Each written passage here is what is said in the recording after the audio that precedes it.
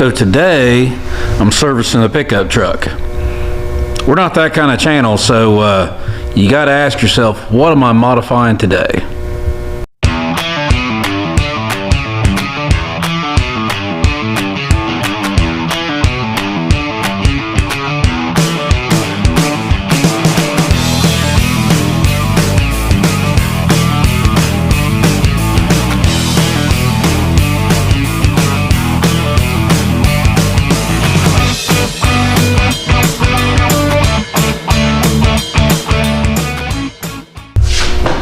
This is my Duramax. I know you guys have seen it kind of off camera from time to time. Sometimes it's been part of what's going on. It's got 123,000 miles on it, so not got a whole lot of miles considering it's an 04. And it's seen a few better days. I work it hard. But today, this is an issue right down in here.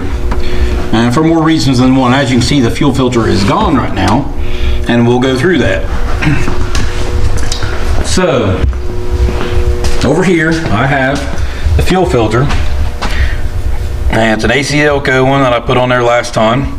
These things are like 75 bucks a piece, right? Which, whatever, it's cost of take care of your truck. And it's got this water switch at the bottom, which it almost broke last time, and this time found out it is broke. Check engine light never came on, so must not be hurting much. And so I've been looking, and there's a kit that I purchased. And it comes with this nice adapter, some O-rings and stuff, and some new mounting bolts and a spacer. And you can now run a Caterpillar filter, or so it says you can anyways. So I'm going to go through the steps of changing this out. And from now on, I'll be able to run a Caterpillar filter, which actually filters at a lower micron level than this filter does. And also, these are like 20-25 bucks. So even though I had to purchase the kit this time, which the kit plus the new filter ended up costing as much as this filter, but from now on, I don't have to purchase this stuff again. I'll be able to change filters for $20-25 from here on. Okay, so I think I got the camera someplace where it will stay. And so we're going to talk about this through the steps. So right here's your filter housing right here. Oops, I'm gonna knock all that off. Let me move this up some here. There we go. That might help. You can see everything kind of fully now. So, and something before we get too far here, see if I can get the screwdriver in there. What I think is the biggest upgrade, trying to get a screwdriver around the camera, is that's going to be tough. There we go, it's coming out. So this right here is your bleeder screw, which I've had this truck for 14 years now. So, like I said, it's been a good one. I can't complain. But you'll notice that this little bleeder screw right here, see that? It's plastic. If you look at the head there, you can see it's been mangled a lot over the years. You don't use it too often, but every time you change your filter. And this kit comes with a nice aluminum one, which should be a little bit better than plastic, obviously. So I'm excited about that. So, step one, if equipped, disconnect factory fuel filter, heater wire. I didn't have one of those. Unplug your water in filter sensor, which is the broken wire on the filter I have. Drain and remove your factory fuel filter. I've already done that. It's sitting out on the bench. So it says using a 12mm wrench, disconnect the factory filter head by removing the two bolts securing the filter head to the mounting bracket. I'm going to take a wrench. I'm going to take those two bolts out, and I'm going to move the camera so I can get down in there. But I just want to be able to make sure you guys seen that it is that bolt and that bolt. And I will loosen those up and show you guys how long they are and what the kit comes with to remount it. So, yeah. Kind of tight in there.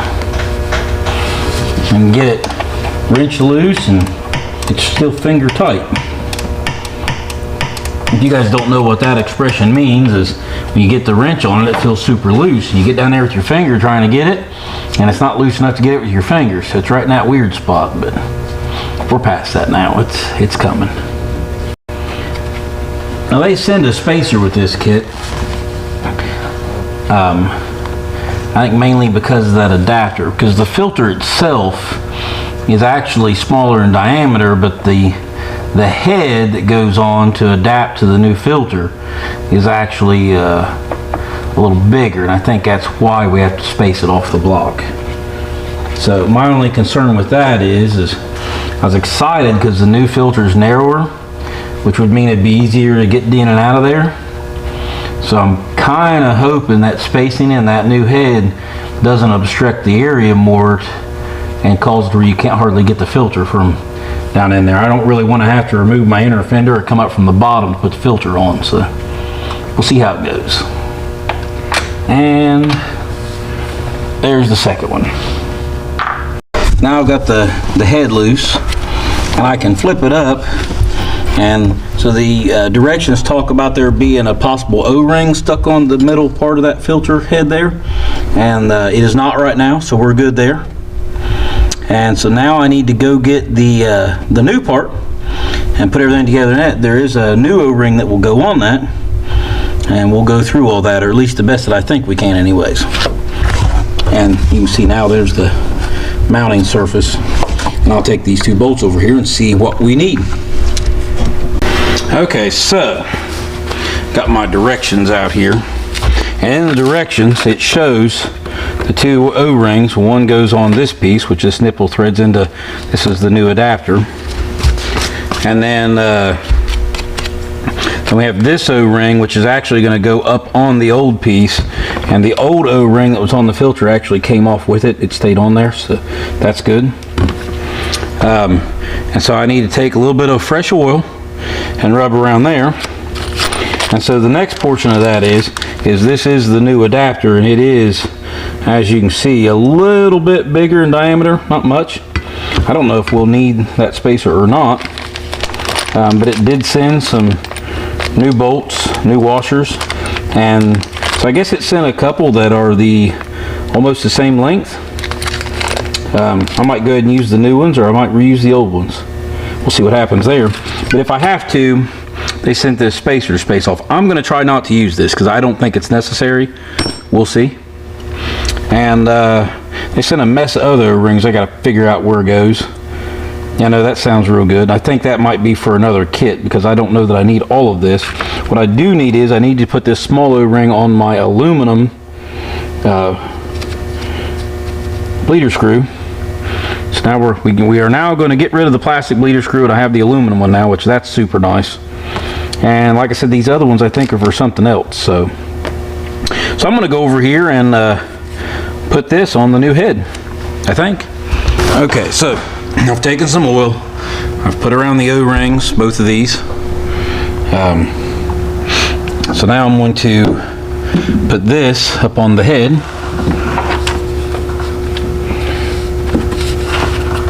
If I can get my hands down in there.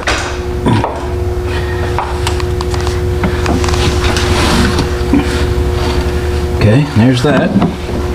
And now I'm going to screw this up on there if I can do it without dropping everything. Now, I'm going to hold that up against that bracket. And I don't think that I need the spacer. I think I'm good. So, now I'll get the original bolts and put them back in, and then we'll take a look at it. Okay, let's talk about what I decided to do here. So I did use the little bit longer bolts that they sent. And if you'll see, there is a spacer right here now, but it's half the thickness that it used to be. I took bandsaw and a file and a grinder and got it to where I was pretty happy with how straight it was. And I cut that spacer in half.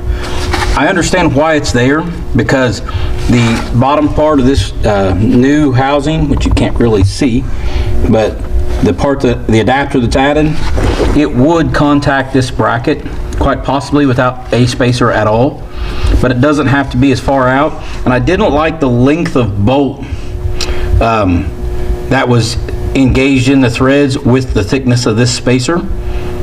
So I cut it in half. I've got clearance. I can't stick my finger between it, but it's not going to hurt anything where it's at. I do have more thread engagement now.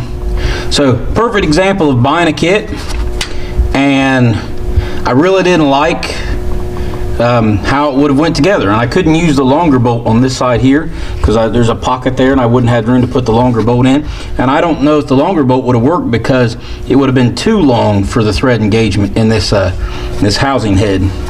So now that all that's done, I feel good about it and it's good and tight. Now we're going to try and put the filter on. So I'm going to try and snake that sucker down in there. I've already put oil around the O-ring, kind of help lubricate it. And boy, the new filter does slip right down in there real easy. That's good. So I've got it up on there. So I've got it started, I think. I do. I'm going to make sure not to cross thread it. That wire is slightly in the way. I get a hold of it better right-handed now. This is one of those deals where now that I've got a good handle on it, I can't see it anymore. Okay, I got it. It's good. It didn't cross thread. We're good now. Thread it up on there. We'll get it good and tight.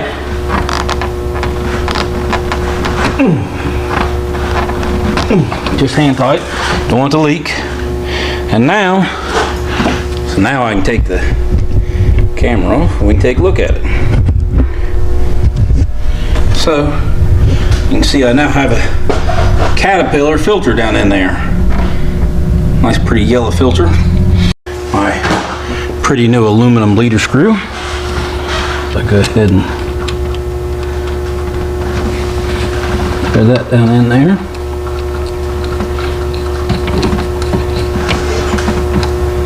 Okay, I am going to push down on that, and I'm going to put the bleeder screw in there. Let that come all the way up. Let the bleeder screw out. Push it down, put the bleeder screw back in.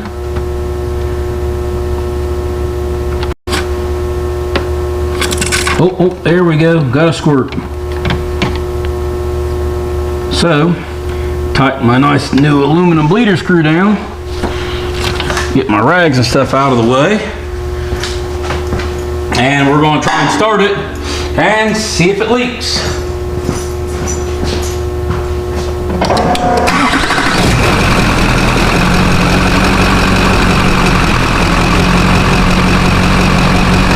Okay, I realize it's noisy, but I've got an aftermarket fuel pump with my system. So I don't see any fuel leaking off the filter. And the fuel you see on top here is where it leaked out the bleeder screw. So I think we're good. Okay, so I am going to take this switch right here, take it out of this filter. And I'm going to chuck the old filter, obviously. I'll put that switch in one of these bags. I'm going to keep my old bolts and probably put these over where they align in the bins over there. These O-rings, which I did not need for my setup, or at least I don't think so. I'll put them back in one of these plastic baggies, and I'll hang on to the plastic bleeder screw for the moment being. Nope, I'm going to throw it away. I changed my mind. I'm going to pitch that sucker as soon as I get that little O-ring off there, because keep that O-ring might be good. I don't think these ones were needed because of, this is a multi-year kit that goes from like 01, and it shows for models after 2011. But I didn't see where any of these O-rings really needed to be put anywhere. Everything else seemed to go where it should according to the directions. And this talks about your old O-ring, which is on that head, which we look down in there, and you're supposed to remove the O-ring, and they send the new one, which goes on that part right there. It actually shows where it goes. So